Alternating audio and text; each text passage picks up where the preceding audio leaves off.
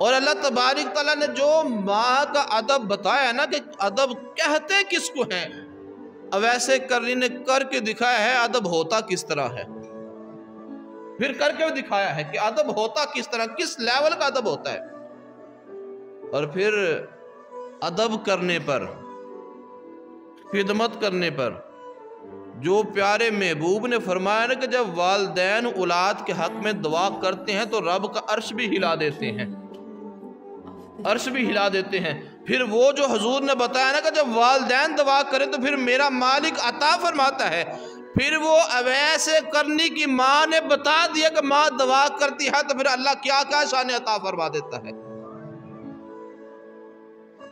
وہ آپ نے بڑا قصہ مشہور سنا ہوا نا، وہ کہ آپ نے ماں سے اجازت طلب کی حضور کو ملنے کے لیے جانا ہے، 2 مرتبہ آپ نے اجازت لی تو ماں نے کہا مسجد میں ہو تو مل لینا، دوسری مرتبہ گھر میں ہو تو پھر مل لینا۔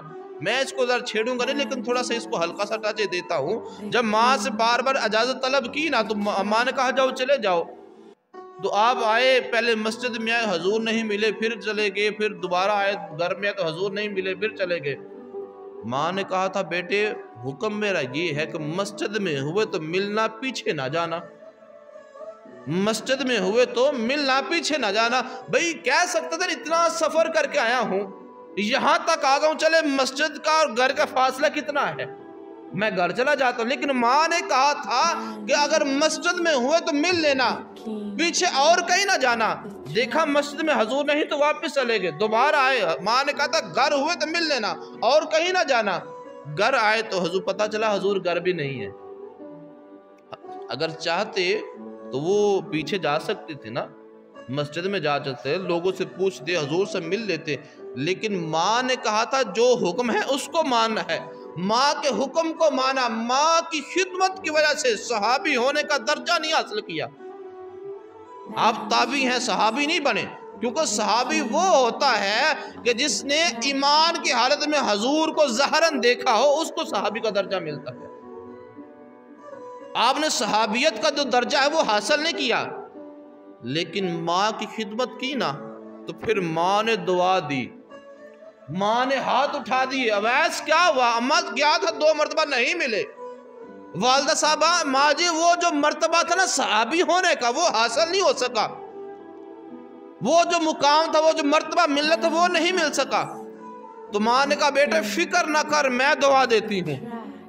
ماں نے ہاتھ اٹھا لیے، عرض کیا میرے مالک، میرے اویس نے میری خدمت کی وجہ سے، میری وجہ سے صحابی ہونے کا درجہ نہیں حاصل کیا، یا اللہ میں دعا دیتی ہوں کہ جب ساری کائنات اللہ کے تیرے محبوب کا ذکر کرتی ہے، تیرا محبوب میرے اویس کا ذکر کرے۔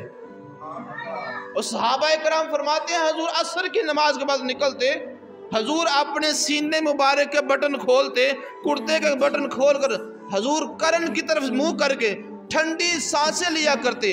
آقا یہاں کیا ہے؟ فرمایا مجھے یہاں سے اپنے عاشق اویس کی خوشبو آتی ہے، اویس کی خوشبو آتی ہے۔ حضور صحابہ میں بیٹھ کر خواجہ ویسے کرنے کا ذکر کیا کرتے،